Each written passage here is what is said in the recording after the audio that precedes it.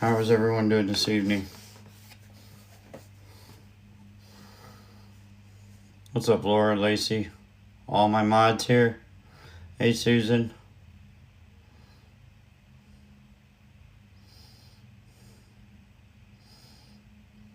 I'm hanging in there, Killian.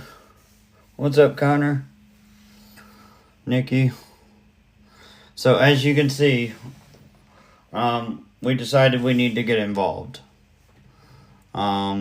It's been far too long since Aubrey has been located or seen. Domingo!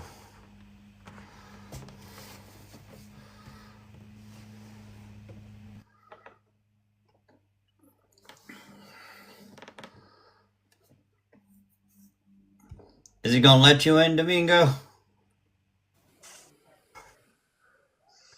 Can you hear me? Yep, I can hear you. Alright.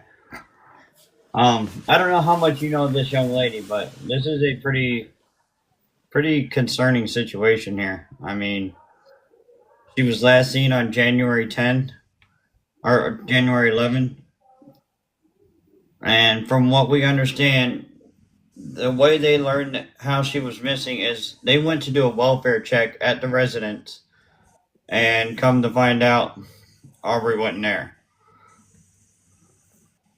Parents initially reported her missing. The last place she was seen is in the vicinity of MacArthur Road in Lehigh County. And from what everybody's saying, she was in that area to collect funds to basically get out of the area. Now, we do know that family members have been pretty intense when it comes to this situation. Pretty much going after anybody that tries to help. The other problem is they have been making sure all the tips go to their phone. And when That's odd. yeah, and you know as well as I do, the only people that just need tips is law enforcement. Yep. So, I had to make a new flyer to get the family's phone number off there because when you have a case like this, you do not know who is monitoring it behind the scenes. You know what I mean? Right. Unless whoever, if somebody took her and contacted the family, is probably why they could be doing what they're doing right now. And see, my biggest concern with all this is law enforcement's number is nowhere on that flyer, the one that's being circulated. Nowhere.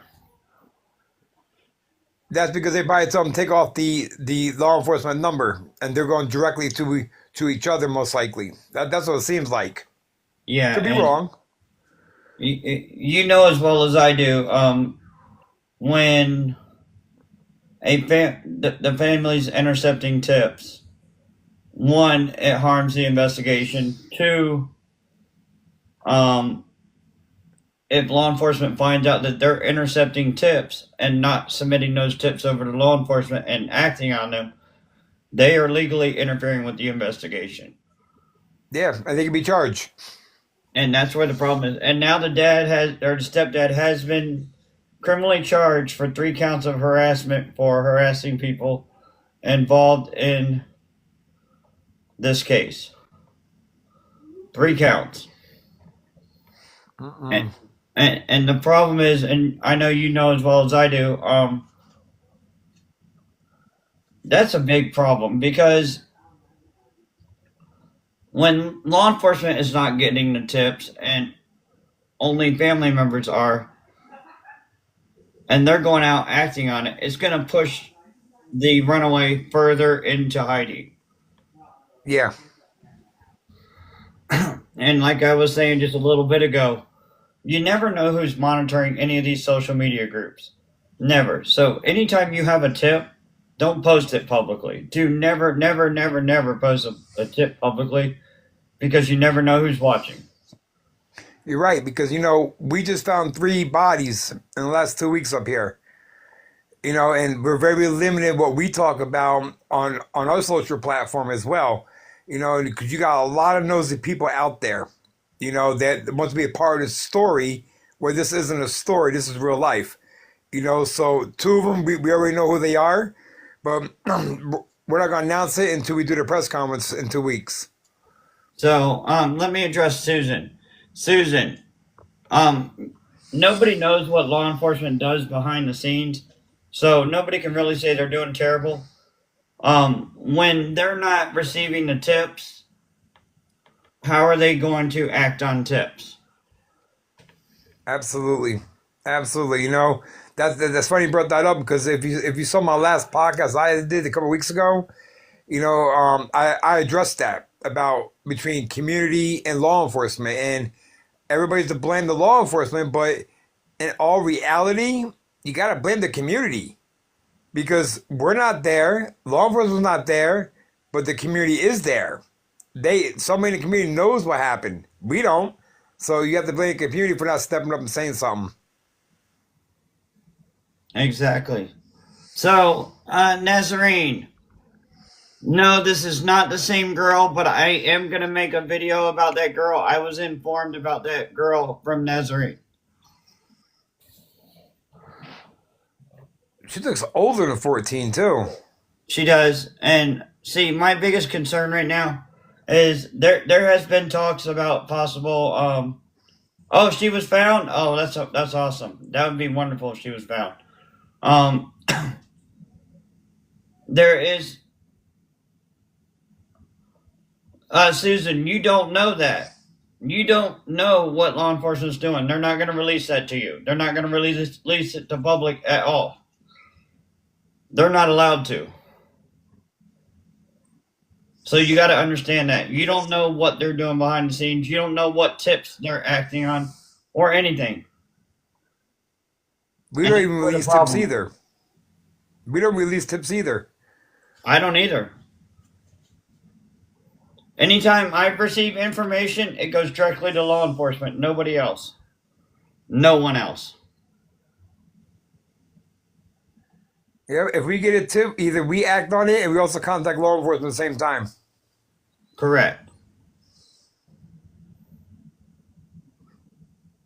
And see, that's so KYM. No, if law enforcement knew about her whereabouts, this case would not still be an active missing persons case. Now, the district attorney did state that they don't believe it's criminal in nature, which generally means they're classifying it as a runaway. And somebody asked about trafficking. So, anytime there's a missing teenager, there's always that chance of trafficking because they do get groomed and lured out of their house. There's always that possibility. And especially up in that area. As Domingo can tell you, it's really bad up in his area where trafficking is. So, I mean, he can tell you, it happens quite a bit. It's bad. We just had a case 2 months ago where a girl was sex trafficked and we got into the house to get her out. Mm-hmm. It's bad. It's really bad. So could a parent be grooming? If there was any evidence of the parent being involved, the best thing that can be done in that aspect is for Aubrey to come forward and let law enforcement know if there's something nefarious going on in the household. You know what I mean? Only she can speak on that. Now, I am well aware of the registered offender that was sending inappropriate messages to Aubrey's devices and social media. We have been looking into that avenue as well. We did find something odd about that whole situation. We don't know what to think of it, but he was arrested for sending those inappropriate messages, right? And he was transferred to another jurisdiction, and then 12 days later, he was released, which was very odd to me. And then when we pulled up court documents, there was no court documents about the arrest. So that did catch us by surprise. But the only thing, yes, less. And see, the problem is when missing persons cases like this are out into the public, there's a lot of misinformation, a lot of false information. The best thing anybody can do is go by what law enforcement releases. You can go to Palmer Township Police Department's social media page, click on the link, and read everything that they have put out there. So, All Gino, right, go ahead, Dan. I'm sorry because I'm reading Susan Eagle's comments there. You know, what she's saying is that she knows this because the people have called the police and that they have called her. The police are not going to call you back. I mean, if they get a tip, they're going to act on it. And if there's nothing finding, then they're going to keep going forward. I mean, see, a lot of a lot of communities and our people out there, they have to understand law enforcement is very limited, just like us and you. We're very limited in what we talk about, especially on social media. so somebody asked me to. So let me address Heather. So I'm gonna address that. Don't go by what any social media group is posting. The best thing to do is go by what law enforcement releases to the public because you're going to get a lot of theories, speculation, false information that really dampers investigations. It causes false tips to be called in and waste resources. So let me address. So, what do we do next? So, we just got involved in this case. So, we are still going through everything that we have been given. Um, we are running backgrounds on everybody that is listed as possible involvement. If we find any ties to anything like that, we submit it immediately to law enforcement. We don't go public about it. We don't talk about it anywhere else but to law enforcement. The worst thing to do is to post any possible sightings, any tips. Caitlin, I've ran backgrounds on both the mom, the stepdad. I ran backgrounds on Faye. I ran backgrounds on the registered offender. We have ran quite a few backgrounds on every name that we have came across that could possibly be involved. We did look into Faye's possible other properties because it was talk about her possible involvement. So we wanted to see if there was any other properties that Faye could move her to. And Faye only owns one property. So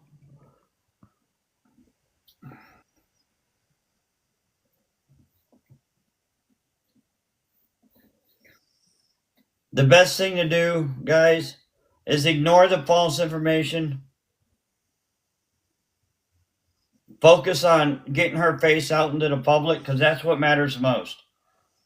The more her face is circulated all across the country, say it is a trafficking situation, right? Just hypothetically, say it is a trafficking situation. A lot of times they're not going to keep the victims in the same state. So it is better to make sure these faces go out all across the country. It does not matter what state. Hell, it doesn't even matter if it goes to Canada, Mexico. You know what I mean? Uh, we did not find a property that she owned in Colorado.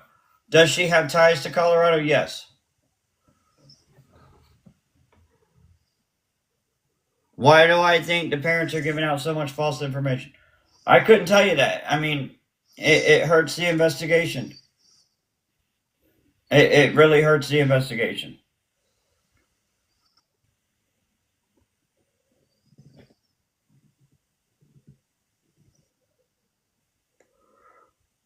So I won't release anything as to where the properties are on a live stream just so you guys know, that won't happen. Everything we find, we keep confidential and submit to law enforcement.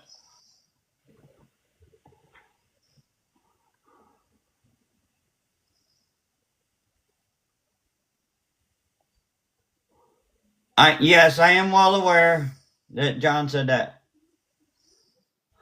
So, Gina, that is the one person that we're trying to locate right now is the bio dad. That is the one person that we have not seen any information on.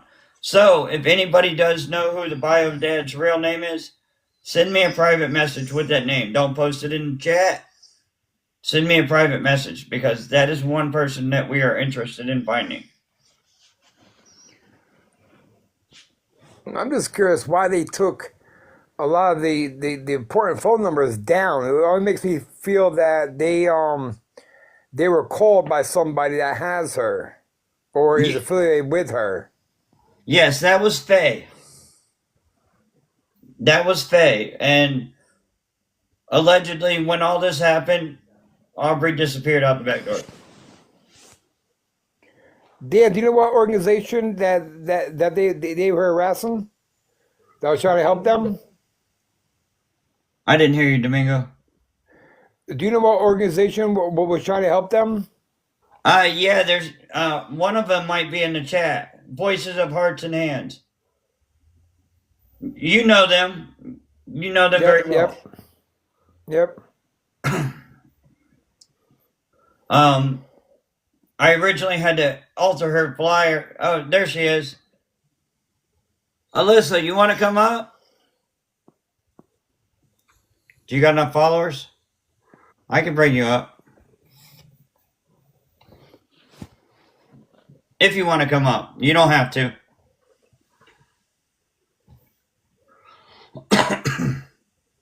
So what is our intent? Our intent is to locate this young lady. No, I work for a search team, guys. I was in law enforcement.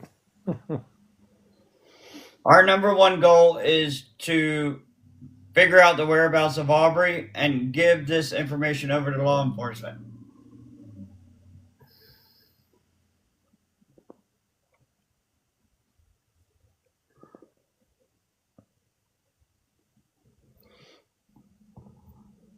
So whatever search, hey Bombshell, whatever searches law enforcement, yes, we do search lakes.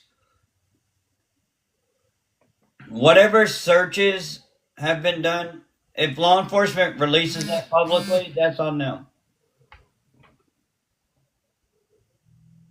Yes, I know VHH was attacked by John.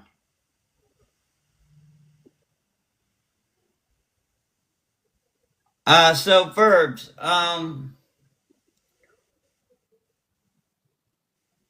generally when it's coming to a search aspect as far as immediate search aspects, they're going to need search dogs to track the scent from where she vanished from to wherever she dropped off. And from what I understand, they were only able to track her scent a little bit down the way. And apparently she got into a vehicle, and that's when they found out that she was in the vicinity of MacArthur Road.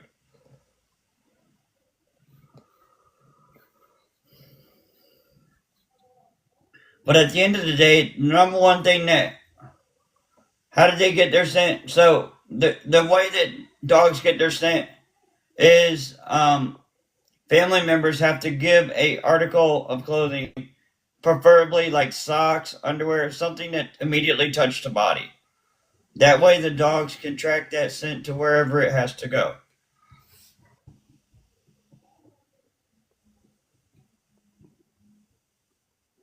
So, Heather, can you just walk around and look? As long as you don't go on, I've got that name, Dale. As long as you don't go on private property, they're not going to stop public from walking around looking for her. Now, what I'll say to that is, if it is a trafficking situation and you see her, do not approach her. Because if it's a trafficking situation, The individuals that are trafficking her are going to be within eyesight. And that's going to put her at risk and anybody else at risk.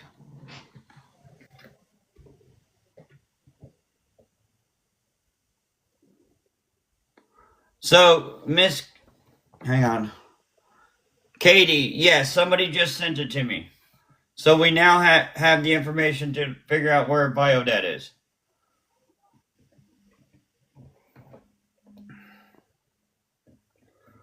So at the end of the day, the biggest thing is to make sure this young girl comes home safe. That is the biggest problem. Yeah, I know he's in California. We just need to pin down the exact location. That is what matters. But this young girl has been missing. Let's see. We are. Oh, wow. January 11th to now, almost 2 months. Hey, Mandy. Going on. Oh, 3 months. I forgot. We're in April, aren't we? Hmm. Damn. This year's flying by. So, Nopes, when I've been sent this case probably over 100 times, but we normally focus on Amber Alerts, and I don't want to say the word, but the alerts have slowed down. So we wanted to help with this. We wanted to bring awareness to this case because it's been far too long since she's been seen by anybody that's willing to speak about it publicly. And I won't lie, Susan in the chat was the first one to bring this case to my attention. But when we get involved with cases, these Amber Alerts have been nonstop, going off and off and off here lately, where we didn't catch a break. And we finally caught a break in them. So we decided that it's time to bring awareness to this. She's 14 years old, guys. She's a baby. Imagine. Go ahead, Domingo. She's a baby. She is, and that's the thing. A lot of people don't understand. Yes, teenagers get groomed all the time through social media sites, through gaming sites, and it is so easy for these predators to manipulate these young girls into leaving their home. Is that what happened? We don't know. All we know of right now is she is listed as a runaway. And Domingo will tell you, I hate the term runaway because there's no way to prove it's a runaway unless you talk with the person that allegedly ran away. Yeah, yeah, and even with the facilities these days, a lot of kids that run away from facilities. You know, and I don't know if you saw our news press conference last 2 weeks ago, but we got out there against the governor, and we got change coming. We got change coming. It needs to happen, and it needs to happen all across the country. I mean, Yep. the Petito Foundation are working on um, things to help change that. There's other organizations that are working on things to help change that. Um, so, I mean, there's a lot of organizations that want that changed, and it needs to be changed. It needs to be addressed because when they're groomed out of their house, I don't call that willingly. I don't call that. Um,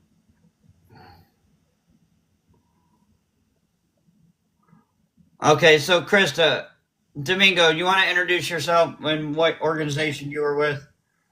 Yes, I own Hope Alive 805 out of New York State. So we've been running for a while.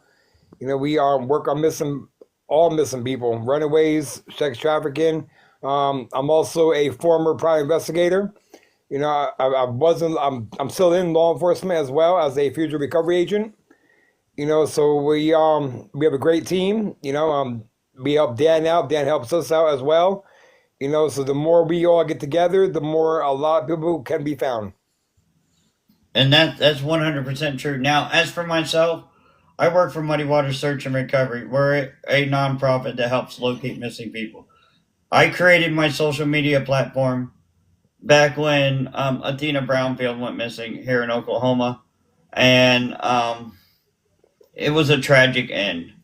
And they didn't get an Amber Alert out to her for her quick enough. And so I decided that social media is going to be the tool to help get these cases out into the public at a faster rate than an Amber Alert would. Yeah, so Heaven, I'll send you my email. Or you can just send it to me on Facebook. I think you're the one I'm talking to. But so I created this platform for Amber Alerts. And the past 2 years, including a child that's been missing for 5 years, we have been able to bring home or help law enforcement locate 125 children in 2 years, just through social media, through our investigations, being able to target. Munchie, you want to come up? Being able to target, or who was the 5-year-old, or which 5-year-old?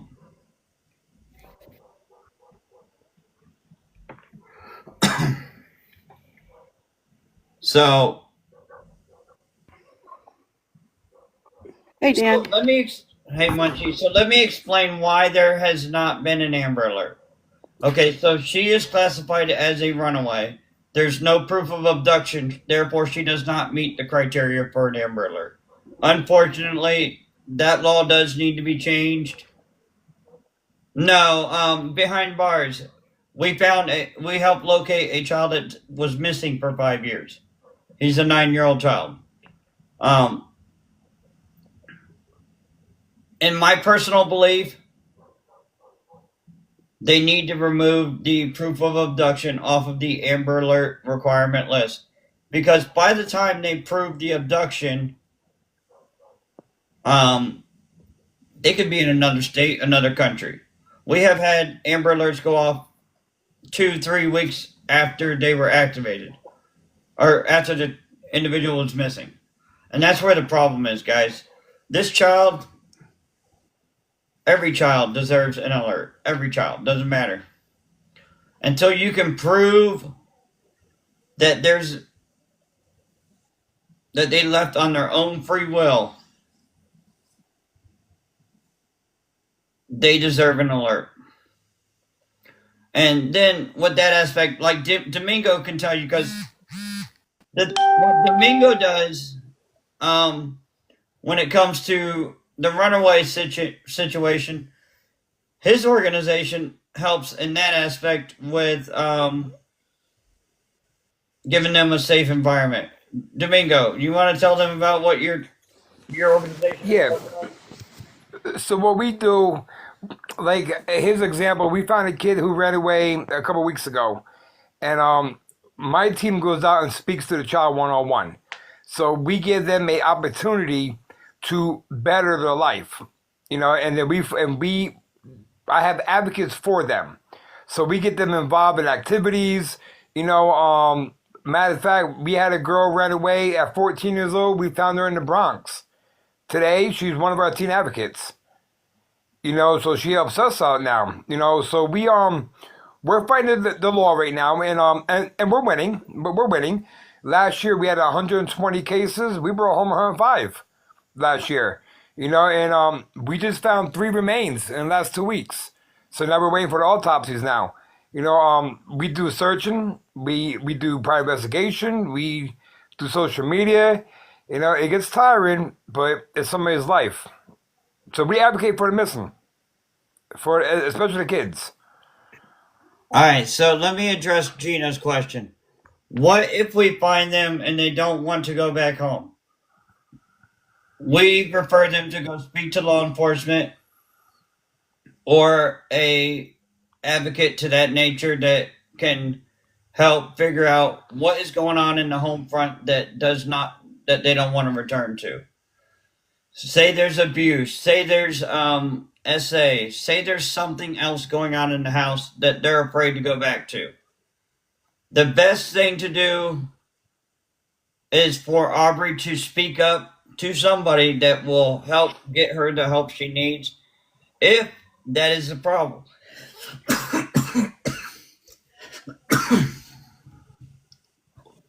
Yes, we only cover New York State. We do.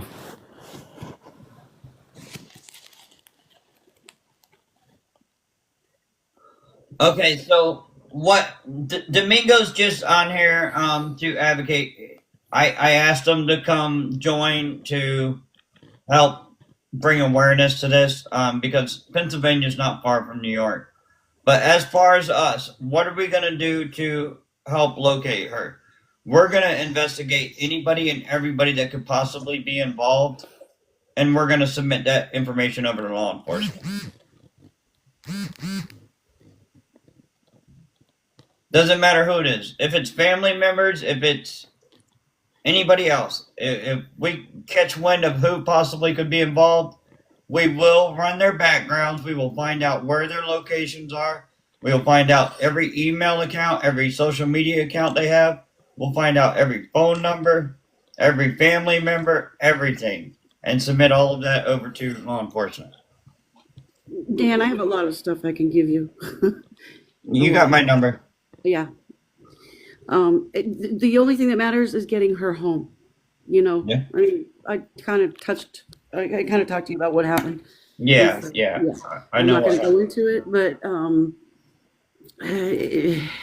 the only thing that matters is her getting her home, getting her help, just like you were saying.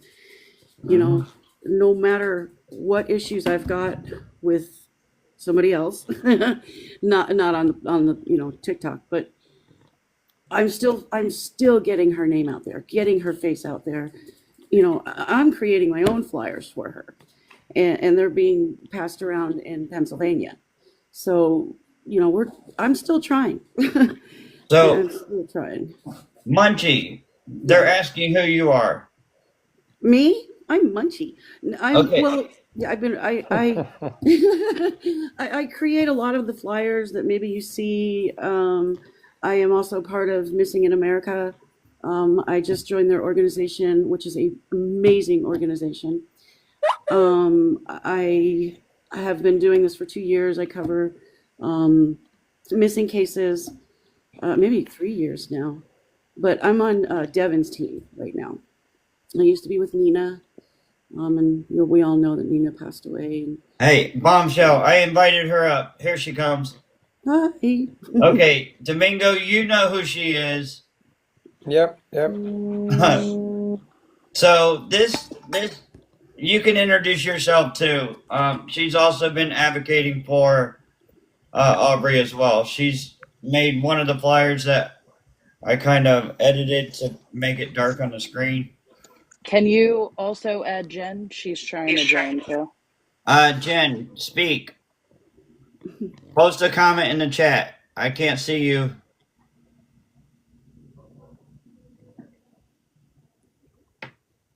You were talking about Amber Alerts. We just covered a case yesterday. Have you heard of Hansel Kiros? Hansel? Little 7-year-old boy that was taken by his dad, and he fled to Mexico, and they did not put an Amber Alert out, and if they would have done that, they could have gotten him at the border. Yeah, that's where the problem is. I mean, Mhm. they need to That's get out that's faster. the same thing up here. That's same thing up here in New York. We have a 3-year-old missing right now, and the mother took off with the daughter, and most likely she's probably in Ecuador right now, and she lost all rights. So now now the FBI is involved, but there's no Amber Alert, and we're pushing against that now too up here. Yeah, and that's the case me and you've been talking about. The one Yep. where it's believed that she went to Florida. Dan, do they have Yep. an international Amber Alert? So, different countries do have their own Amber Alert system. So, Mexico does have an Amber Alert system. Canada has an Amber Alert system. So yeah, they now does it coincide with ours? Unfortunately, not. Always fighting with that Amber Alert. Jen, are you here?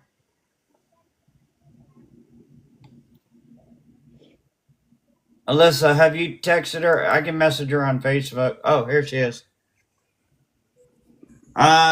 Jen, is your account private? It won't let me send you a request. I just want to say exactly to Nicole's comment.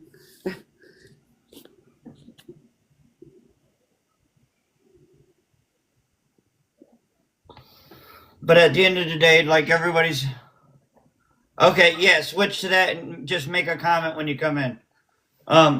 At the end of the day, everybody here's got the same common goal, and that is to bring Aubrey home or bring her to a safe environment.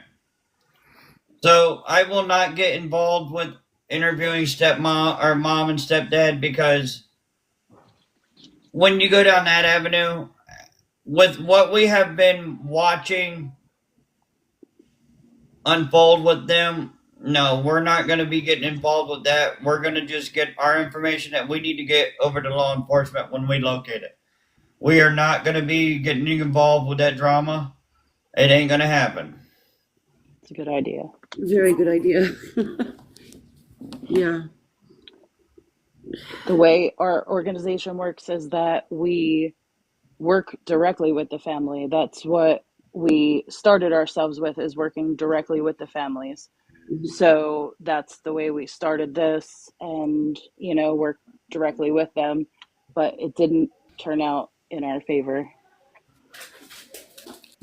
Are you you're with Voices, Hands and Hearts? Yes, both Yeah, of them. voices, Yes, hearts, and ladies hands. Oh my gosh, I want to thank you guys for what you've been doing. Thank you also. Yeah. See, I didn't know about these two young ladies right here, Jen and Alyssa, right? Alicia. Until I think it's Heather or Heaven. There she is. Heaven. When Heather reached out to me and informed me that I edited their flyer. That's okay. Getting her face out there is what's important. Yes. That's all that matters. We don't care. That's But all that yes, getting her back. do you see why, though? If I had a white flyer up, look at the chat. That's why I wear a black shirt or a dark colored shirt so everybody can see the chat. I am very new to TikTok, so I take your word for it.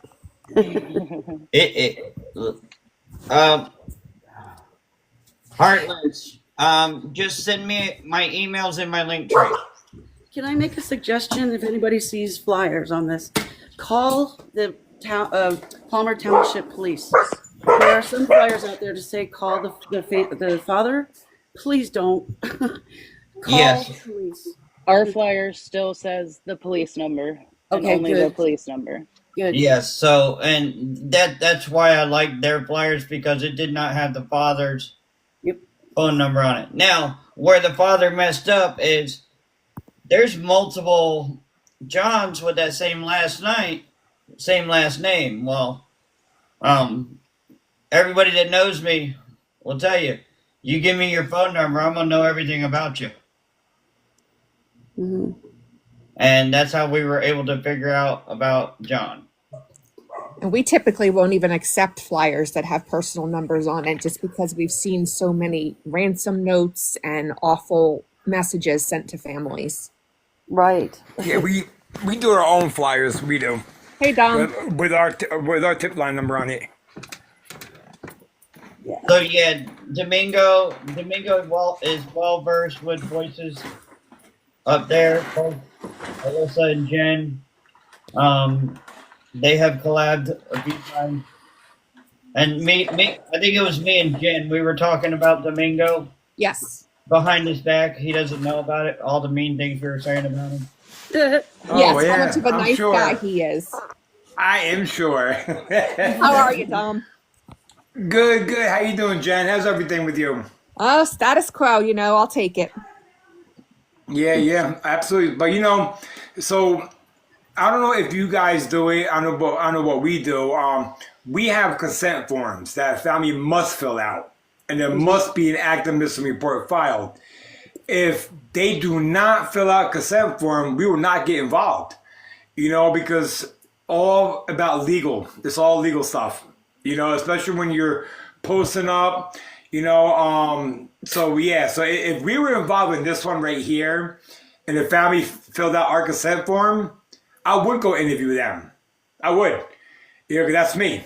I have no shame in doing it. But a lot of these times, like a lot of people, we just had this a couple weeks ago where a young man went missing. The roommates forced the father to file a missing report. We found him, very much alive. They only wanted the rent money. That's all they wanted. So it hurts us, any organization, by using all the resources up for BS. So that's why we got strict now with any missing person. It has to be a file with the police, and they have to do our paperwork as well. Because when we put up a flyer, it's our number only. We will not put nobody else's number on there, only ours. We don't even put law enforcement number on there either. It's just ours. So we know that what tips are coming in, how we can moderate them. And it's a good idea. If you don't have a consent form, go on our webpage and take a look at ours. And then you can copy one of ours if you want. I mean, it protects you guys. We actually do the same thing. We use the police report, so we only put police number or 911 on our flyers. Yeah, so we pretty much do the same thing. We collaborate with police as much as possible. We worked with multiple different organizations. Good. Yeah. So you accomplish things more when you work together than when you have everyone fighting. Absolutely. Right. And a lot of people don't understand, not one of us advocates right here, none of our organizations will ever, and I mean ever, post any private information or possible leads on any social media account. Nope. You never know who's watching. You never know who's out there watching. You don't know who's made a fake account. Aubrey could have a fake account, and she could be watching every group that is made about her. Remember that. Yep, I've thought the same thing. Because she's very internet savvy. She's very smart. So I wouldn't doubt if she's watching everything that's going on. Yeah, she's a very smart girl. Yeah, she is. And see, the thing is, though, guys,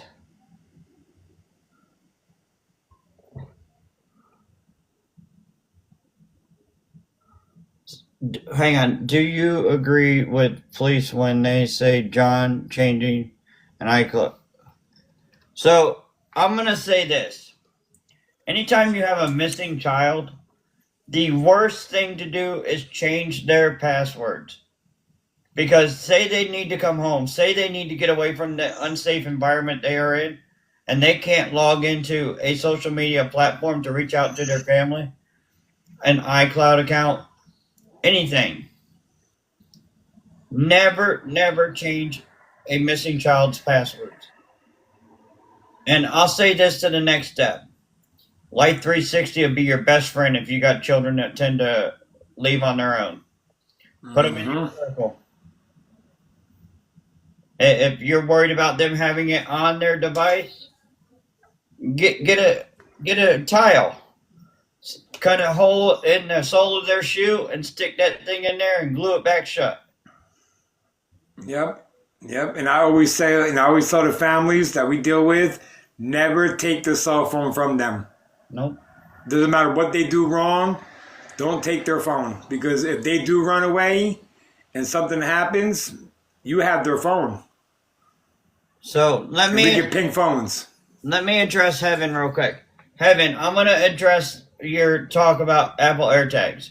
So a lot of people don't know, but traffickers have been using AirTags to track and locate potential victims. You'll see it all over the news where traffickers are sitting there tagging people's cars, and all they do is turn on. There's a setting on your iPhone that notifies you when there is a AirTag or a device near you, and that's all they need, and you're done. Whereas to Light 360 or Bark, it's not that easy. It's not that easy.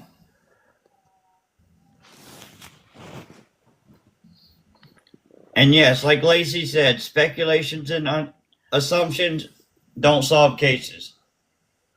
They don't, and that is a fact. I mean, look at Sebastian Rogers. Look at Summer Wells. There are so many cases out there that are filled with drama, and Aubrey's case is heading in that direction, and we can't allow that. We cannot allow her case to be drowned up in drama and false information, and law enforcement just stops looking. Because 100%. Yep, 100,000%. and a lot of people don't realize it. I mean, come on. Look, we'll talk about Summer Wells real quick. Summer Wells' case received the most amount of an insane amount of false leads, false tips called into their sheriff's department just because of all the stuff that's been posted on social media, all the content creators that were posting false information, their theories, and everything today. Heaven, Gabby, who? Stephanie, I want to answer your question. While we are not officially working the case anymore, we have reposted her flyer and will continue to share. Are you talking about Heaven? Are you talking about Gabby Petito? We continue to do as much behind the scenes, but we're not working. Okay, so I am friends with the whole Petito family. They are very good people. If they weren't busy, I would invite them in here, but they're extremely busy with what they're doing right now. I mean, if Bree's in here and sees if Jim wants to join, he's more than welcome to come in. But I know he's busy. Busy. They are going all across the country trying to change a lot of laws, change a lot of things pertaining to domestic violence and missing persons cases. It's phenomenal what they're doing.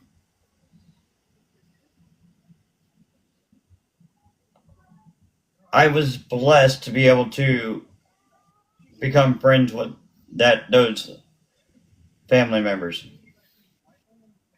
They are very, very good people.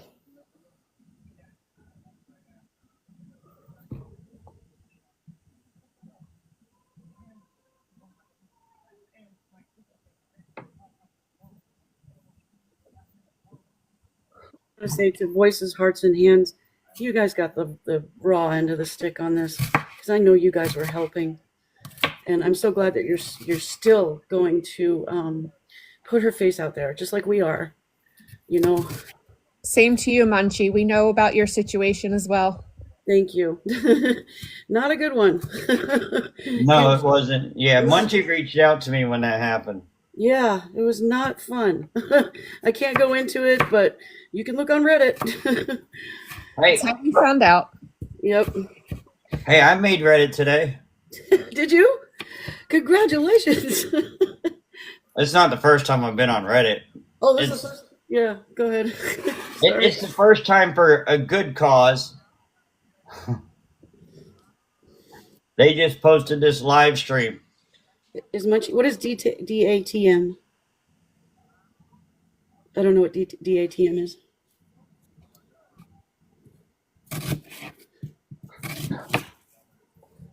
Sorry, I'm cooking dinner while I'm live. Devin and the Missing, yes, that's me. I'm on her team, yes.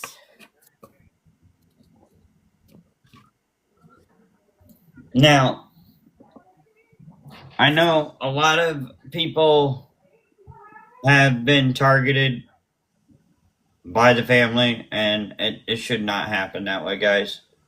We're all here for the same common goal, and that is to bring Aubrey home or to a safe environment if home is not the safe place. Johnny boy, DM me. That's the problem.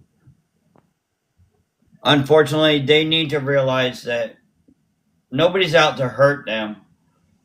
Everybody wants to help bring this precious little child home. She's 14 years old. She hasn't been seen since January 11th. Think about that. What if it was one of your children that went missing and hadn't been seen for that long? Yeah. You gotta trust law enforcement. Miss Heather, do I think they're covering up something? So I'm gonna address this because I don't give a damn. She's obviously running from something, and I'll leave it at that. Agreed. She's running from something. We've thought that from the start as well. She's running from something. Yeah. It's disheartening. It really is. Yes, and I agree. And nobody will know what they had told law enforcement that was told to her by Aubrey. No, she would not be. So let me address the protective custody witness protection. So if they did put her in witness protection, she would not be listed as a missing person anymore. Johnny boy, if you're speaking the truth, I would hope you would call the cops. What did he say? I Because missed he it. has Aubrey in his room. So Johnny boy, hang on. Mods don't do anything. Mods don't do anything. Why do people do that? Hang on, I got this. So Johnny boy, let me address you, buddy. If in fact you do know these live streams are recorded, right? I just want you to know that. And I also need you to understand that law enforcement knows about me. They know about my live streams. So you also need to be aware of that. And last and most important, do you enjoy soccer?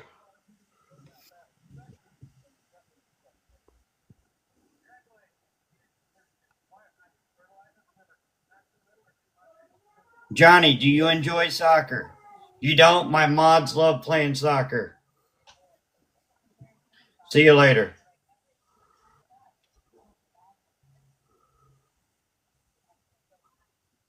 Sorry. I don't play games. The number one goal is everybody here has got the same common goal. She needs to be brought home. That's the point. I say she needs to be brought to safety, and then we'll Yes, figure out what happens from there. I agree. Because out of all honesty, home is probably not the safe place. If something's going on at that household, she's just going to continue to disappear. And that's hard facts. So she does need to go speak with law enforcement. She needs a forensic interview to see what, if anything, is going on in that household that is causing her to want to fight or flight. You know what I mean? My biggest hope is that she sees that not everybody believes the narrative and will come forward because she knows not everyone's on the same team per se, if she's able to come forward. Right. And if you ask me, my mods will tell you, I generally get a good feeling if somebody's not with us anymore. So I don't believe something like that has happened. I believe she's still out there somewhere. the question is, where is she hiding and who's hiding her?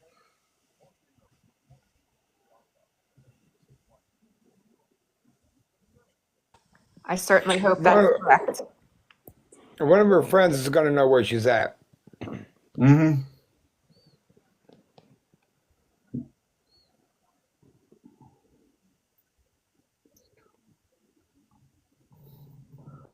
Now, I will address this. If anybody is hiding her or kidnapped her and you're watching this, it's only a matter of time. It's only a matter of time before you get caught.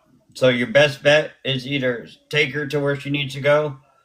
Best place is to the sheriff's department. So if Irish, if anybody wants to follow anybody in these boxes, you will see a plus sign next to their name. That's how you follow them.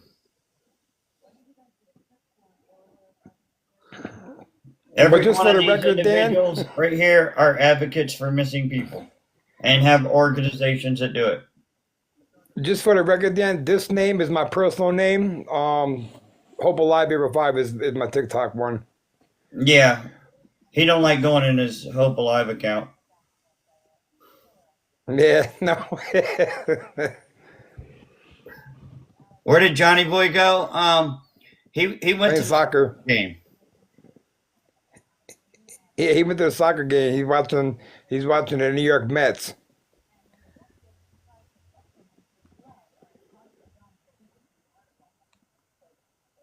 So the question about her name, she always goes back and forth between Aubrey and Enci.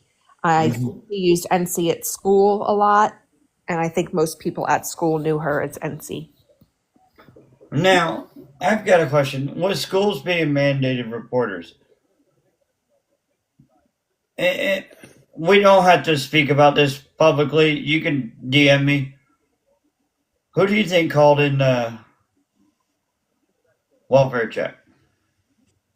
The welfare check was her, the last one was her supposed boyfriend. The mother of the boyfriend called in the one that the police went to the house that night for.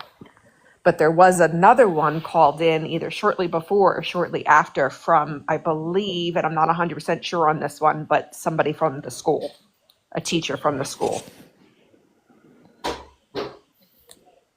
See, and that's my concern.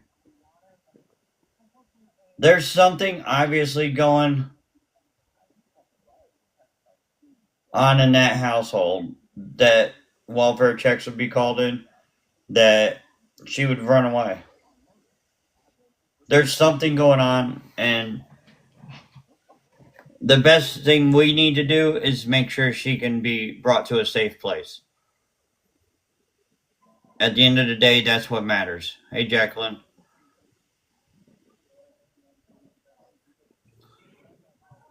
Damn puzzle pieces.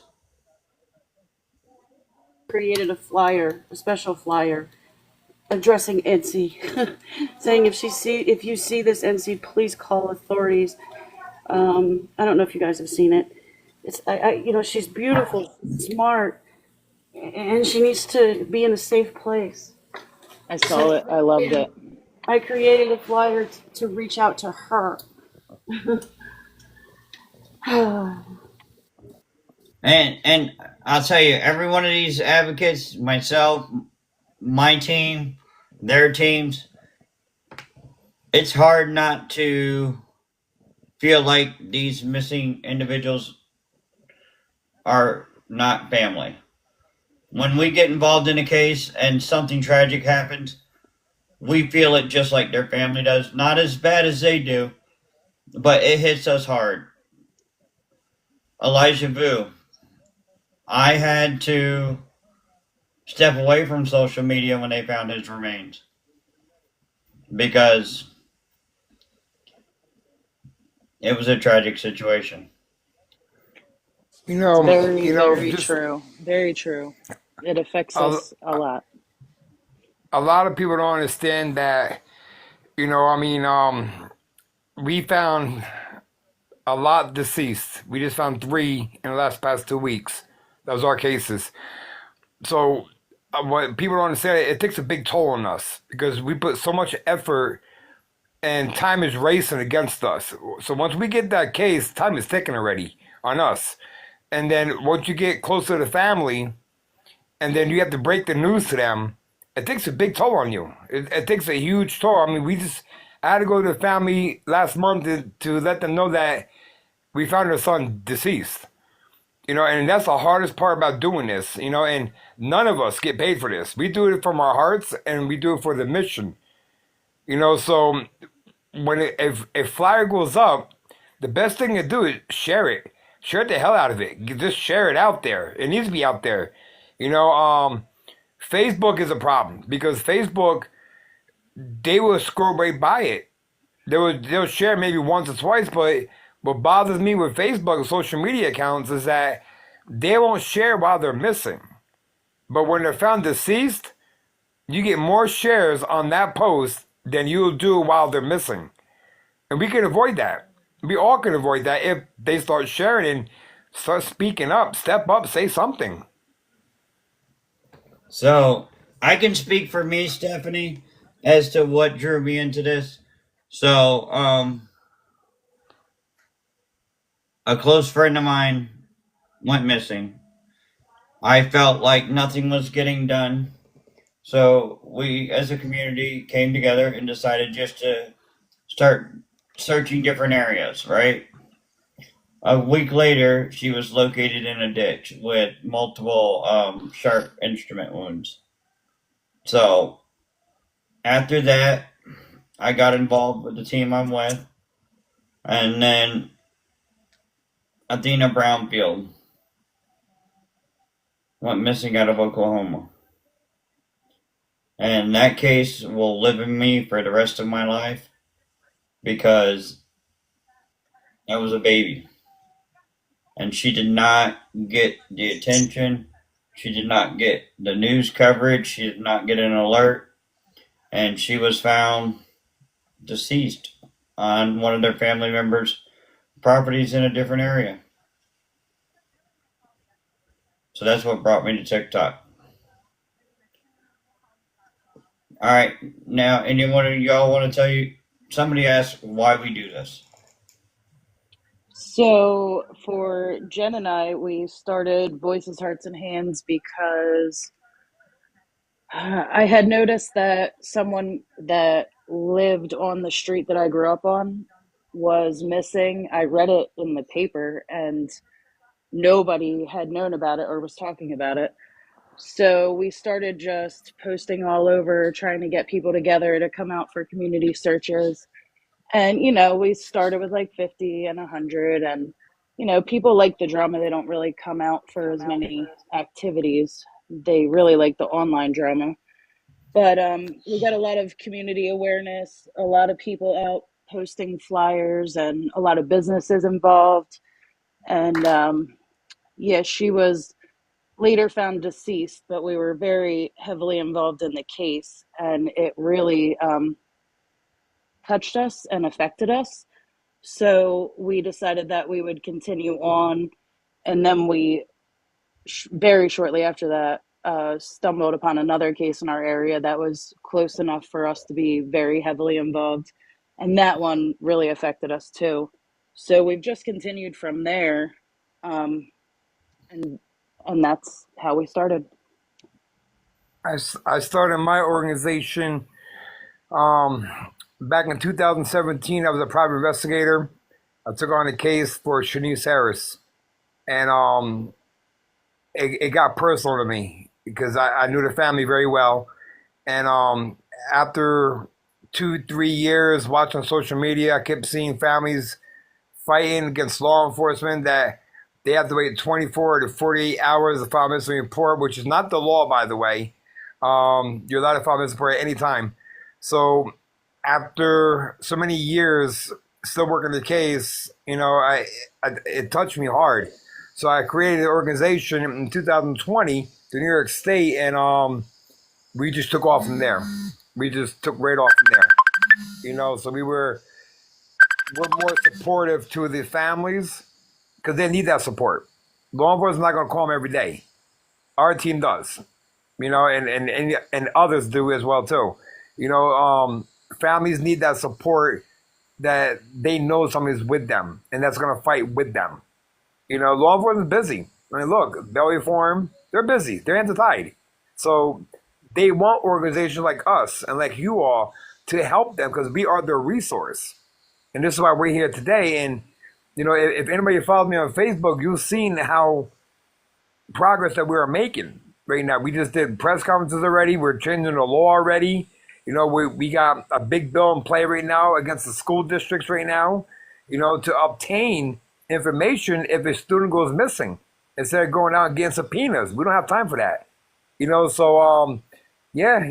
a challenge. It's a big challenge for all of us, but it's the mission and it's the passion that you got to have to be in it. Because if you don't have that, then there's no part of being in it. It's definitely a passion. And some of these events that happen along the way could really break you and make you second guess your passion. But the child or the person that's missing still always remains the goal through all of the drama. And since it's a passion, we just can't let that go. So, real quick, let me address Susan. She asked if I can agree if Faye had called the police the night that Enci went missing, would she be safe? So, that's not something we would know because home could possibly not be a safe place. And until law enforcement is able to thoroughly investigate what's going on in that household that's causing her to want to flee, home may not be the safe place. I want to say that I honestly and wholeheartedly, through all of the investigating I've personally done, I do not believe that she's been with Faye since the first 24 hours. And I feel like we've been so hung up on that we haven't gotten past the first 24 hours. And we're 3 months out. We need to get past the first 24 hours and move on to anything after that. I honestly don't believe, from what I know, that she is not with Faye and was not with Faye after the first 23 hours. And I also want to say, piggybacking off of what Dan was saying, Aubrey ran out the back door as soon as she knew that her parents knew where she was and that the police were on their way. Who's to say if Faye didn't call the police sooner that the same thing wouldn't have happened? She might have ran anyway. So I think saying that she would have been safe if Faye picked up the phone may not be the truth, because as soon as Aubrey figured out that the police were involved, she ran. She probably would have ran had Faye picked up the phone and called the police. As soon as she found out her parents knew where she was, she ran out the back door. Munchie, was that you that just texted me? Uh-uh. Hang on, I gotta see who just texted.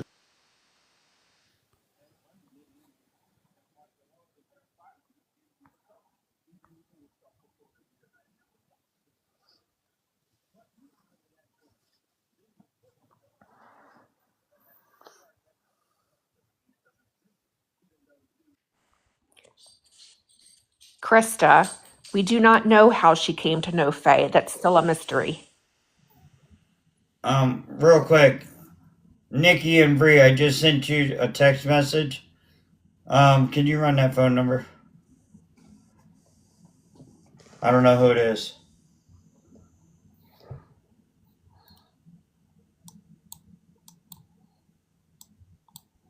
Nobody's got my phone number.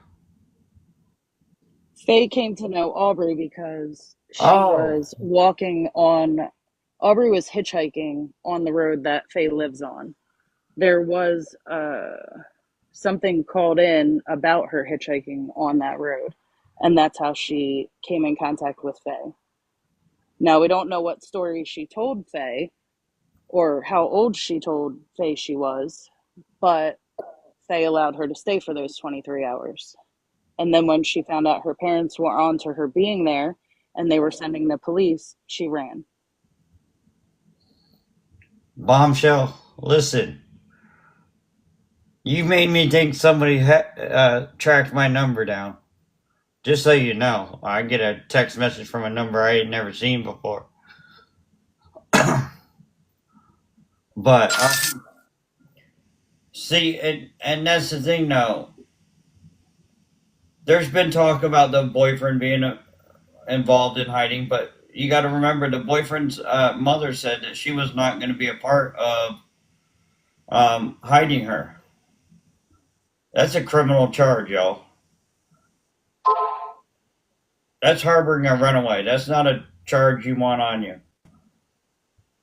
To address Tracy, she said Wawa got Aubrey coming in but not leaving. I wholeheartedly believe that if the police got her coming in, they got her leaving, but that's not information that they're going to put out to us. Because if No. they got her coming in, they got her leaving. And there's a million cameras in that area, but they're not releasing them to anybody else. So I would assume that the police have already collected them all. And that's the thing a lot of people got to understand. Law enforcement is not going to show their hand. They have to keep everything close to their vest in order to protect this investigation.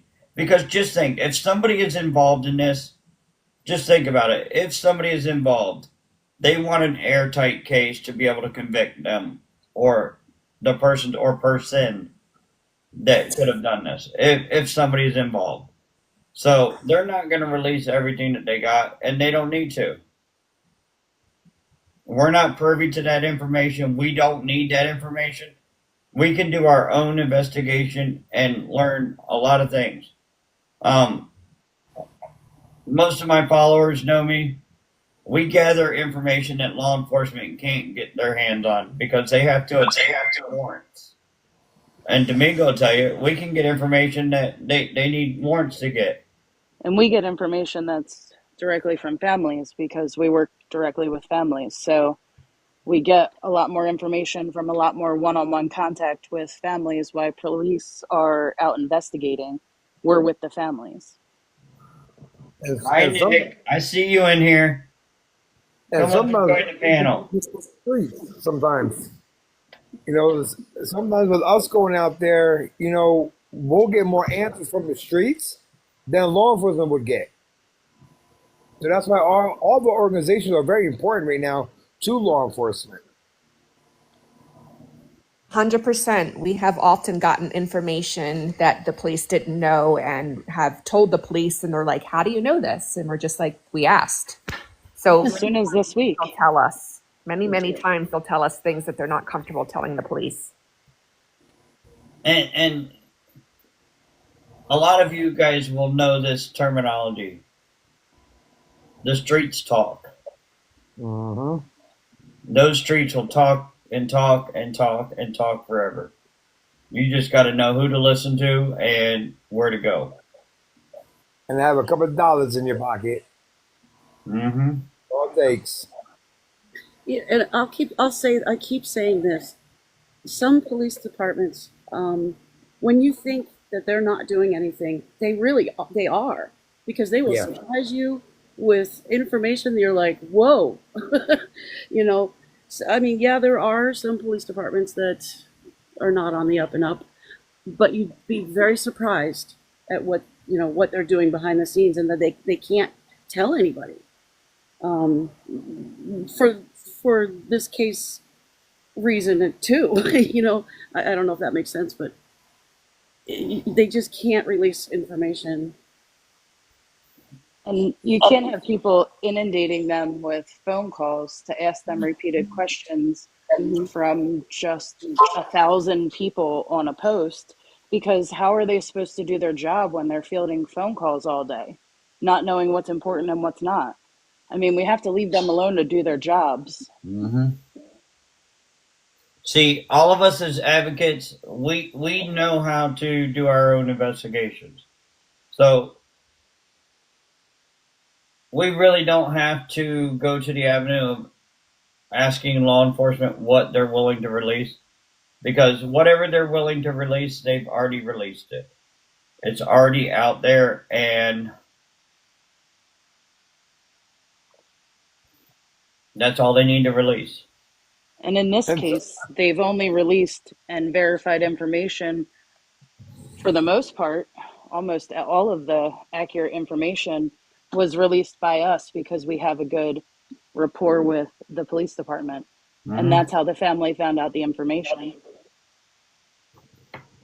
Oh, so does that mean you're coming up, Nick? Domingo, your buddy's here. yep, that is my vice president. Hi, That's Nick. How you doing? that's my I'm vice hanging president. So, for those who don't know, this is Nick up top. He is the VP for Hope Alive 845. I met Nick through Domingo when we were working on Emma Ray's case out of Long Island, New York. That's right. Yep. So, like I told Jen, I told Heather, I mean, not Heather, Heaven, anytime we get cases that are in New York or close to New York, that is the organization I reach out to, because they are boots on the ground in that area and they can get a lot done in a short period of time. If an alert goes off in that area, Domingo will tell you, I'll text him. I don't care what time of day and night it is. I'll text his butt. I don't care. As long as he has coffee, I'm ready to go. So, but it's just like with us. If we got something in Pennsylvania, I contact Jen. We all got to work together. Same. We've messaged Dom a couple times about cases that have reached out to us that are located in New York. Yeah, if we all work together, a lot's gonna be found. See, a lot of people, you got to understand, it takes an army when it comes to missing persons cases, because there are so many different aspects to a missing person, whether it's a runaway, whether it's an abduction, trafficking. There are so many different aspects to a case, and when you have a group of individuals or a large group of individuals that are willing to work as a unit, a lot can get done. A lot can get done. You I definitely wanted can. to, I mean, we have a great team. I wanted to answer Miss Heather's question. Do you think family going after law enforcement will hinder them finding Aubrey? Yes, I think that all the resources that are used to answer all the phone calls and go out to all these things that they shouldn't be doing, they should be focusing on the investigation. I think that definitely hinders it. I think all of the false information has definitely hindered it. People are just looking in one direction, and in my opinion, it's not the appropriate direction to be looking. So, and it's not based off facts. So I think that it is definitely hindering the investigation. And the law enforcement isn't giving them updates as they should, because it's really hard to work with the family, as we found out, sadly. Yeah, see, I knew I wasn't getting involved with speaking with the family when I was reached out to by a certain individual, not to mention any names here. And she informed me what was going on. So, and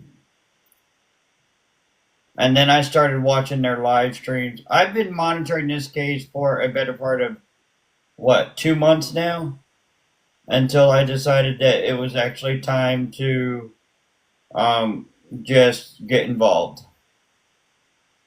Start bringing the awareness, start getting the investigation side going on what we can do. Nicole, facts are what matters. Stephanie, if we had to list everything, it would take all day. But if you have something specific you want to ask, if it's something we can answer, we will. So, Bear, it has not been proven that she has been taken yet.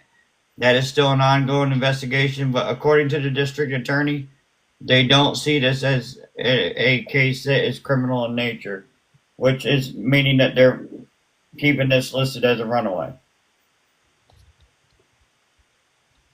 Stephanie, it's definitely muddied waters in this case, so that's completely understandable. Hey, that's ironic because our search team is Muddy Water Search and Recovery. I mean, just saying. Nice.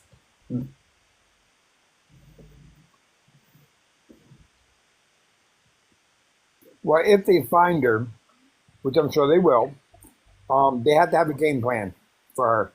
You know, because if she is having problems at home, if she goes back home, she's gonna run away again. Mm-hmm. So they have to have a game plan for her. Like how we work, if we find a missing child, we always try to set up a game plan for them. You know, because we know that sometimes law enforcement, some, not all, but some, send them right back to the same place again. So that's Direct contact in our area for the Children's Crisis Center in my phone. remember this girl could be in New York right now, for all we know. She could be anywhere right now. And that's the truth. She could be California, she could be in Canada, Mexico, she could be anywhere in this time frame. It's been going on 3 months. Has this been on the news yet or no? Was it on the news yet or no? 4 months. It's been on some smaller news outlets in our area, but not the bigger news outlets. A lot of online newspapers and some local television. Now, It's been on Nancy Grace, Dateline. yeah. They did stuff on there. Yeah. And that, so I do have a contact with News Nation. I mean, I can send an email over to them and see if they can do something. I've also got a contact for ABC 3340 out of Alabama, but they would generally cover cases that actually occurred in their state. Anything we can do helps, but I think not sharing the flyers with the narrative on the back that we don't know is factual information and parents' phone number instead of police phone number is not a good idea. I think the police need to reach her before the parents do. Yes, and that's what I was so glad about when I came across your guys' flyer.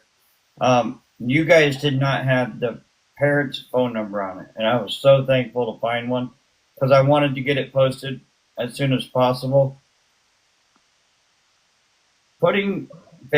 Sharing out family members' phone numbers on flyers hinders investigations because all the tips go to the family, and they'll go out and act on those tips. And Domingo will tell you because y'all remember MRA, right? Don't even talk about that one.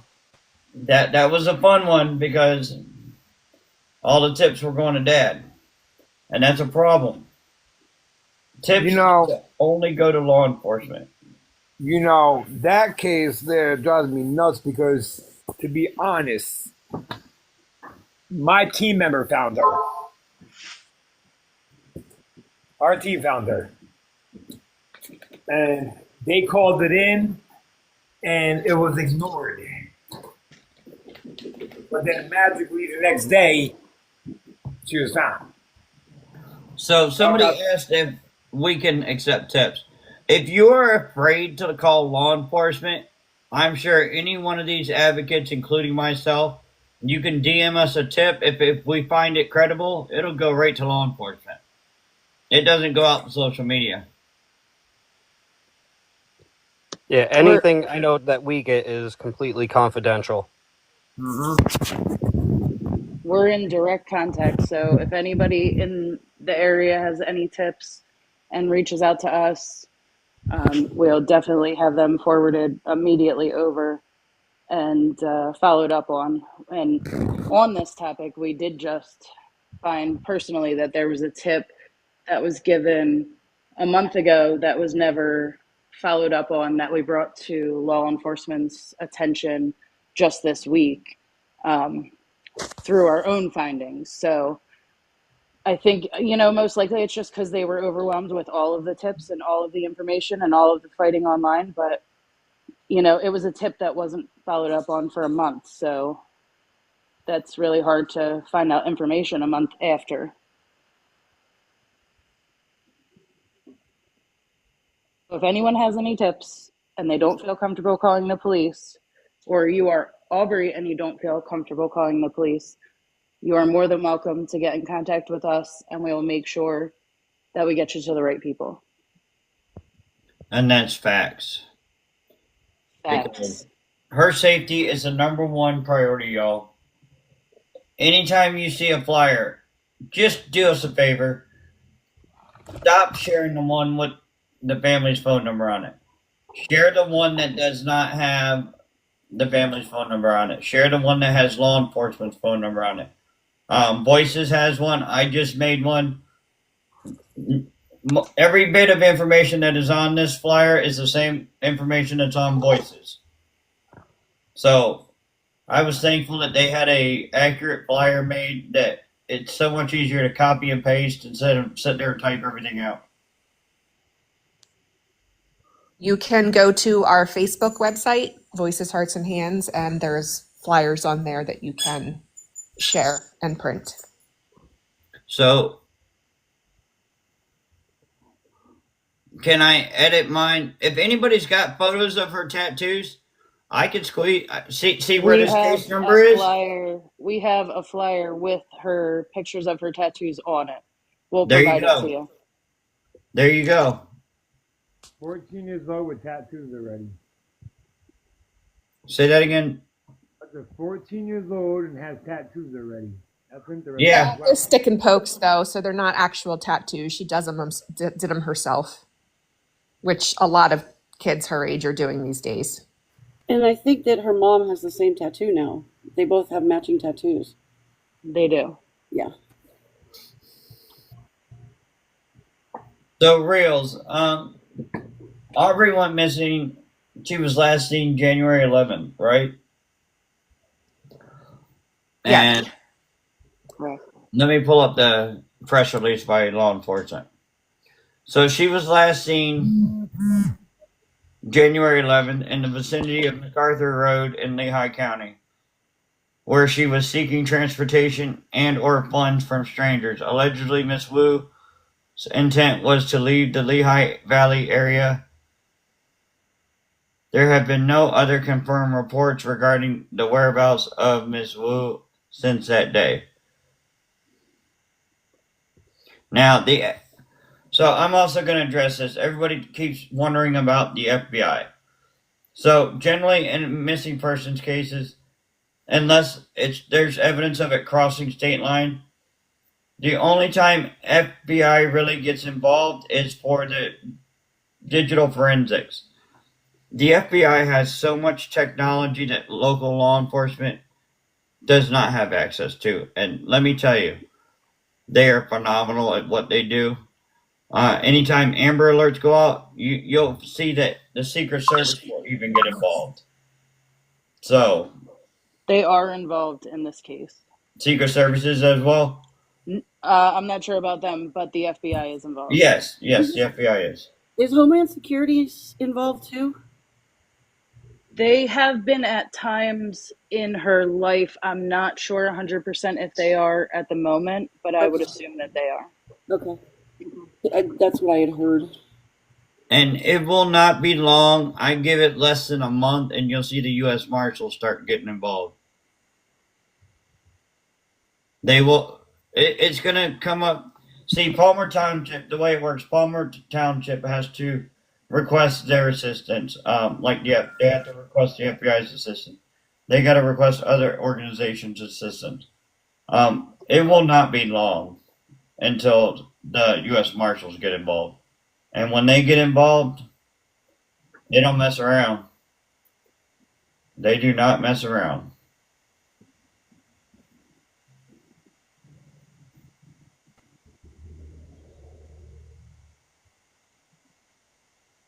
So, Stephanie, they have to be requested when it comes to missing persons cases and stuff like that. Other organizations, other federal entities have to be requested in by local law enforcement, the ones that are leading the case. Domingo, your phone's getting blown up. Yeah, I got everybody texting me left and right.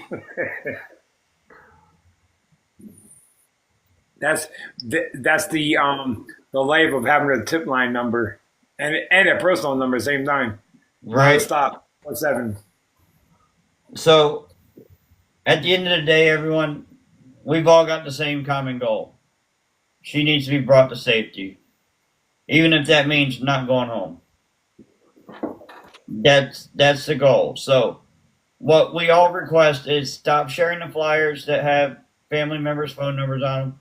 Share flyers that only have law enforcement's numbers on them, because the tips need to go directly to law enforcement so they can act on them and get to her before something could possibly happen to her. That's what's important. Don't worry about the drama. Don't focus on the false information, because all of that will be gone through, sifted through, and debunked. Focus on the facts. Stay away from the drama, and keep bringing this young lady's face out into the public, because that's what matters. Share the flyers. Amen. Share the flyers is the biggest thing. The more her face is out there, the better it is. Yep. She's the only thing that matters. Yeah, and another thing that I'd mentioned, and somebody else had brought this up. So this was not my idea. Airdrop the flyers, like screenshot the flyers, airdrop them.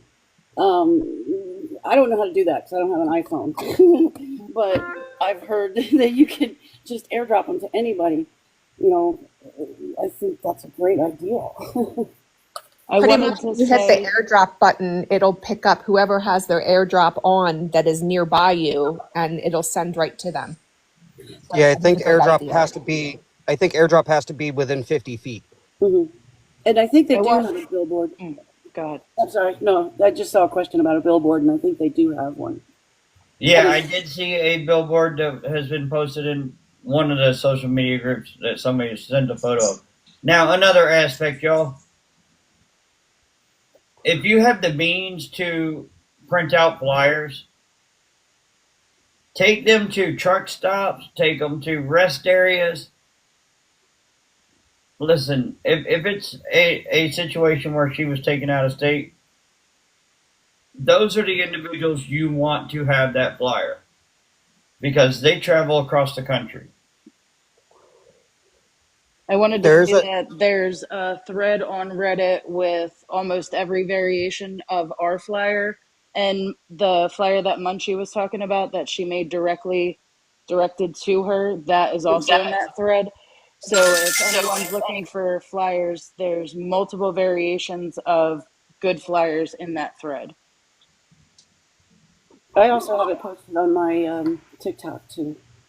Listen, I don't like Reddit because I can't figure it out, but I have a team that figures that Reddit out for me. And then I got individuals that'll send me screenshots that I can read. Reddit, the only thing I know about Reddit is I've been blasted on it so many times. So, I'd never been on Reddit, and well, I had never been on Reddit until we were misidentified as someone else.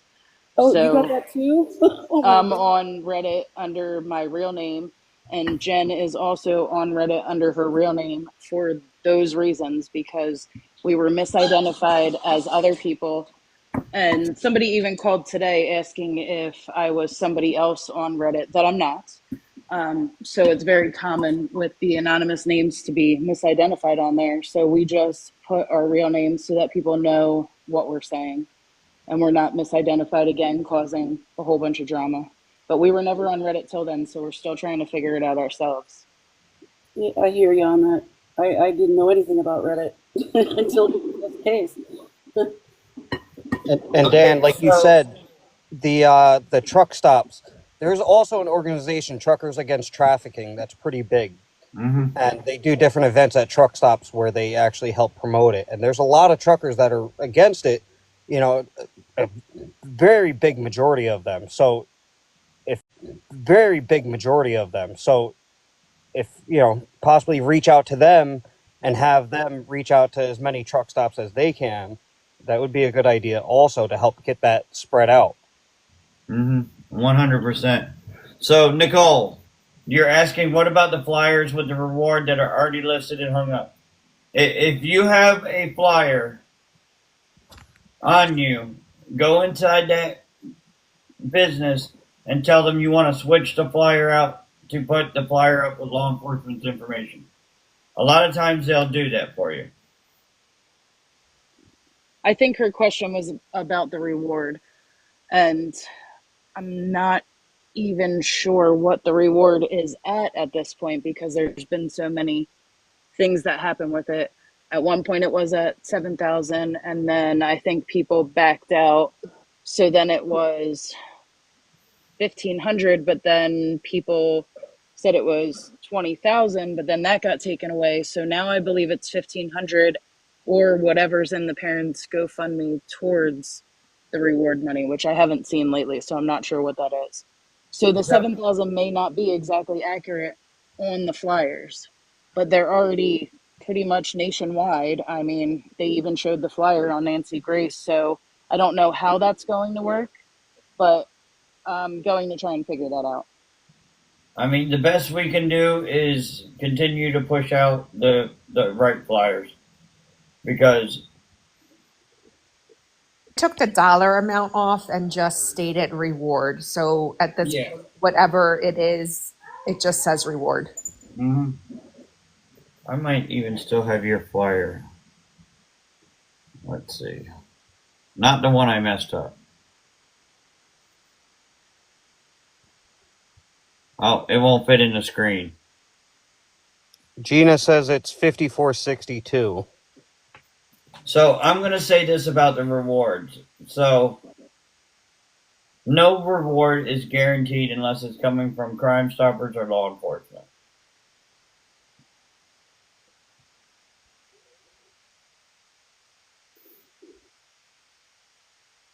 And it shouldn't take a reward for somebody to call in a tip. If it was your child, you wouldn't care about a reward. You would just care about that child being located. It's just about doing the right thing. Right. And I understand that, but we are working with a bunch of teenagers, and that reward could be very enticing to a bunch of young kids. So I'm really hoping that we can establish exactly what that is and maybe get it into a fund that is held by someone differently, so that it's just guaranteed. We know where it's at. We know what can be put on flyers. Now, which one of you guys are out in that area? We both are. Okay, so you guys are in contact with law enforcement, right? Yes. Okay, so is there a way you guys can reach out to them, because you've already They're not handling the reward anymore. That was part of the problem.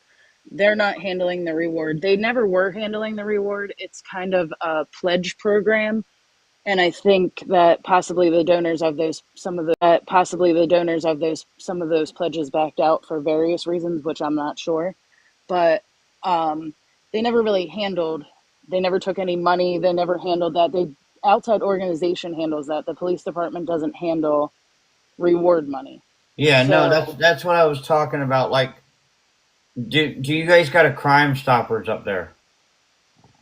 we do, but I don't know that they were handling the reward. And I don't know if that was Okay. because it was a runaway case that maybe they don't put towards a reward or handle that. I'm not really sure, but I'm going to look more into it so we have concrete evidence for what we state about it, because at this point I have no idea.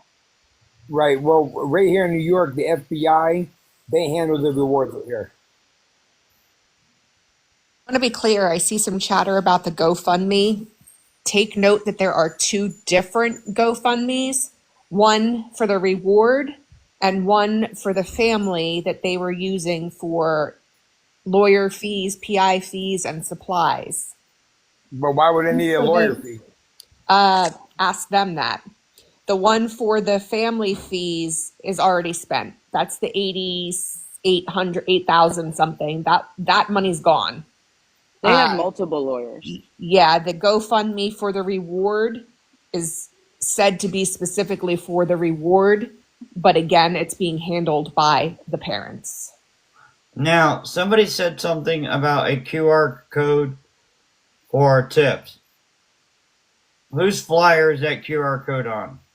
QR code is on Voices, Hearts, and Hands flyer, and it comes back to our group where you can ask anything that you want. It's not John's QR code.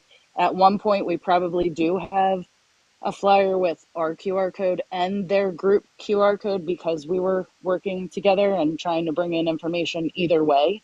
Okay, that works. And because we were on those pages giving facts and statements that we stood by, we're no longer on those pages to give any information. So those QR codes to that group, we don't put on our flyers. But the one Okay, that is no, on there is that's what I ours. was making sure of. I was Yes. making sure it wasn't connected to that group. And Dan, they have a lawyer because the stepfather is being charged with harassment for Yeah. anything he's speaking about openly that he shouldn't be speaking about. And he also recorded the police. So who knows what's going to happen from this point forward. Hi, Amber. You're knocking. Johnny Gamble, what's your question, buddy? Johnny Gamble, I love you. You guys know him? He is a Reddit celebrity legend. You have to know Johnny Gamble. You'll love him instantly. Hey, Johnny, can you keep it kosher? Keep it TikTok friendly. Where are you? You have a question? I'll let you come ask your question.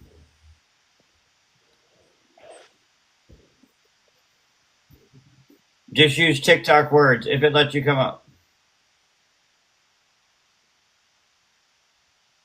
So, on most of them, you're asking about.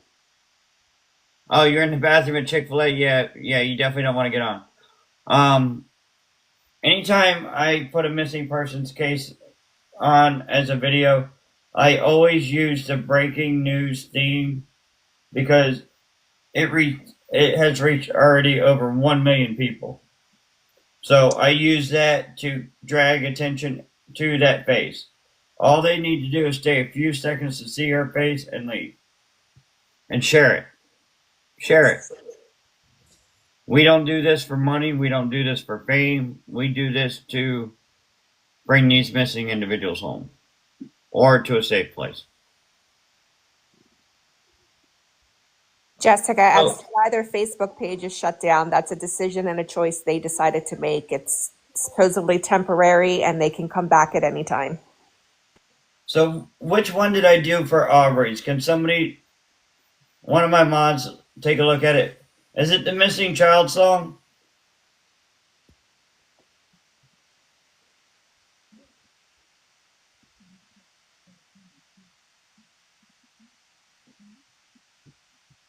Oh, a storm is brewing.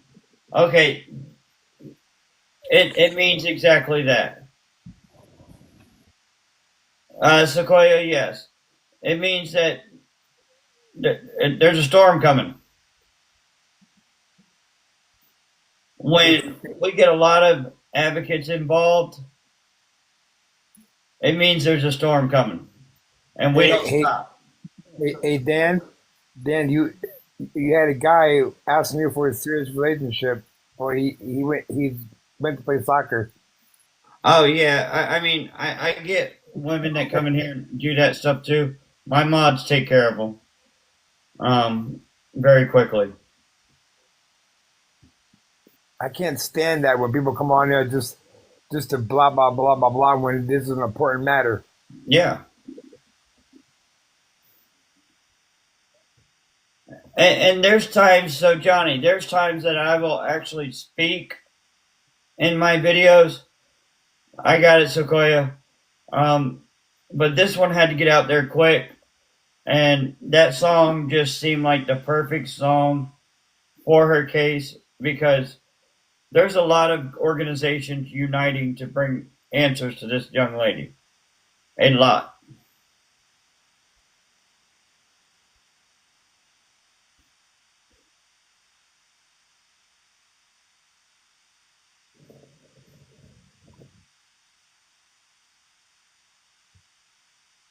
Now, dude, listen, for 175 of you that are in here, go ahead and give these lovely young people a follow.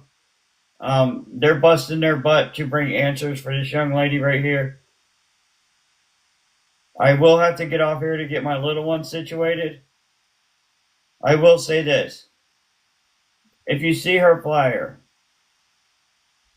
if it's the one with the parent's phone number on it, and you have access to it in your hand, just cross out the parent's phone number and you can share that. But we would prefer that you share the flyers with just law enforcement's information on it. That way the tips go straight to law enforcement and not be intercepted by parents that could possibly be the reason why she's running away. And I'd hit every like to platform, say everything. thanks for all the support in the comments for our organization. And also, I really hope that we can keep this positive forward motion with less drama and untrue information so that we can actually make progress and not just be stuck in the same spot for more months. We're already at 3 months. I feel like in the last week or so we've made a lot of progress and that things are changing, and I really think that we need to move on this way. We need to let Faye go live her life. The police have investigated her. You know, I believe that they put out that statement about it being a non-criminal matter because the agenda was that the narrative was that she kidnapped her. So they wanted to let everyone know that this was not a kidnapping situation. Right. So I believe, in other words, that's 100% what they were saying. This is not a kidnapping situation. Now, So go with ahead. all of you guys advocates right here, do you think it would be more beneficial if I had my mods create a new Facebook group for her to where we can make sure that the drama stays out?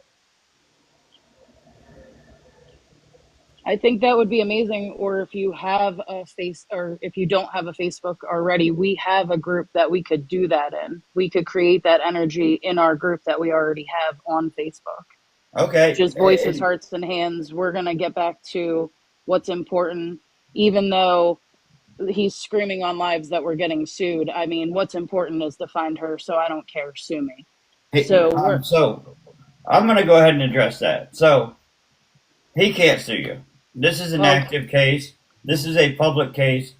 We're allowed to talk about it all we want. There ain't we've nothing. already received cease and desist, though, so it's probably on a different, and had correspondence with attorneys to tell us that we're not allowed to talk about it. So it's a difficult situation for us, but I am not backing down, and Jen is now out of the shadows and not backing down either. So it doesn't really matter, you know, what the consequences will be. We're still gonna try and find Aubrey, and we'll deal with that later. And hopefully, if we have to deal with that later, somebody will come out of the shadows to assist us, because you know, things like that happen when you're doing good things, and we've had things, you know, that help us in the past. So hopefully, you know, if we need backing in the future because of this, if it helps, I am more than willing to be sued and whatever needs to happen. Exactly. And this story is not about John. You're right. It's about finding Aubrey, and that's the only thing that matters. So So you can go to Voices, Hearts, and Hands. We can boost that energy in there. We can have that all about, we have other families that post too, obviously in the area, but we can definitely create that energy for Aubrey in our group. This is also making us, or at least me, I know all of us, want to fight harder for her. You know, find her, get her out. I mean, it's not that we weren't fighting for her. It's just now this is a mission. you know, it's become a mission now.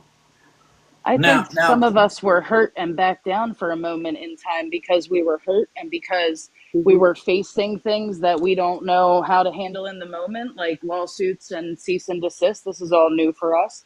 So I think for a while we were quiet and backed down, but we never stopped looking behind the scenes. We never stopped doing an investigation behind the scenes.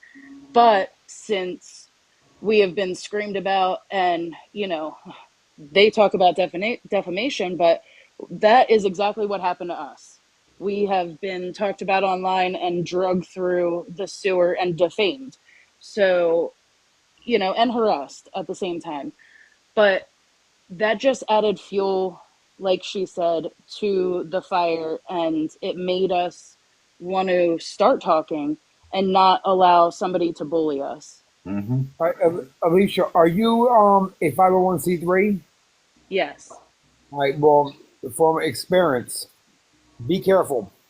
Be Well, he careful. already posted and asked everybody to call and have us taken down. And you know what? We already have talked about it. If that time comes and we have a problem with our organization, then we will drop our nonprofit and still do this as people. I mean, we started this as people. If the nonprofit is going to hurt us in the future, or if they think that they're going to take that away from us, that's fine, but it's not going to stop our mission. We'll just be two individual women doing the same thing we did before we were considered a nonprofit.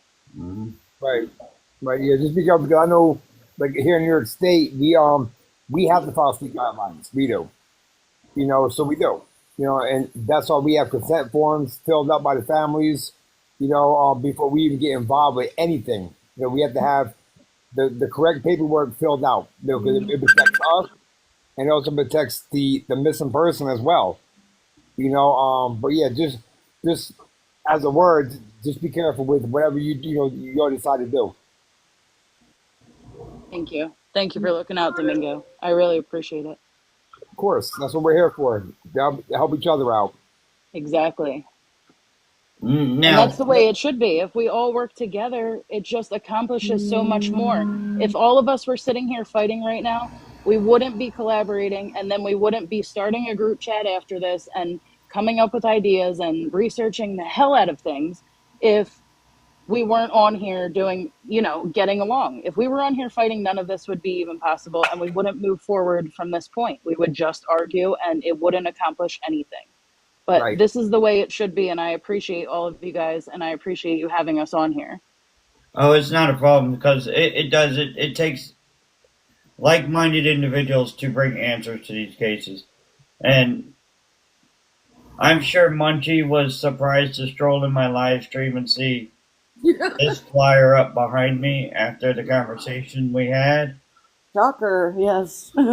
But I was reached out to enough because a lot of people respect what we have accomplished, and they knew it needed another platform to do it. I don't have a lot of followers. I think I got like 200, 300 followers. So we do our best. I know, I'm a smartass. What can I tell you? But I have friends. The Crime Solver. Does anybody know the Crime Solver on here? Danny Miner. He is a retired law enforcement officer out of the state of Pennsylvania. I reached out to him. Yes, that's fine, Munchie. I reached out to him yesterday. He went ahead and made a video about Aubrey, posted it on both of his social media platforms. He's got, I think, over 300,000 followers. I'm friends with Justin Nick of Crime. I am going to reach out to him. He's got 1.7 million followers, 1.6 million followers. So I'm going to reach out to everybody we can possibly reach out to get this face as far out into the public as possible. And with all of us on the same page, we all know where the drama lies. We all know where to stay away from. The focus needs to be put back to getting this precious little girl's face out into the public so that way she can be brought home. So, Kristen, Voices, Hearts, and Hands has a Facebook group. But don't give up. I'm going to say this right now.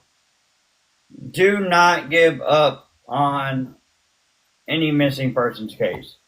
But I do got to get my precious little Brett to sleep.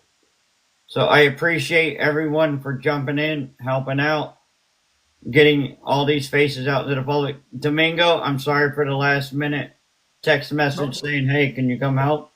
It is okay. You know I'm here. So I will see y'all tomorrow. Thank We you so will. much. We Thanks for will. having us on. Not a problem. Thank you. Have a good night, everybody. We got to unite, guys. So y'all have a wonderful night. I will see y'all probably tomorrow. We're not going to stop talking about this young lady. Now, if we get an alert, we do have to jump to the alert. But if it is still no alerts, we will continue to talk about this precious little child until we get an alert.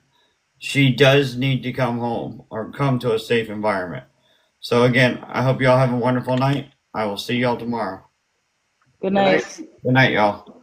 I'll let you guys jump out so you don't get sent to a strange live stream. Thanks. Do you know how to get out?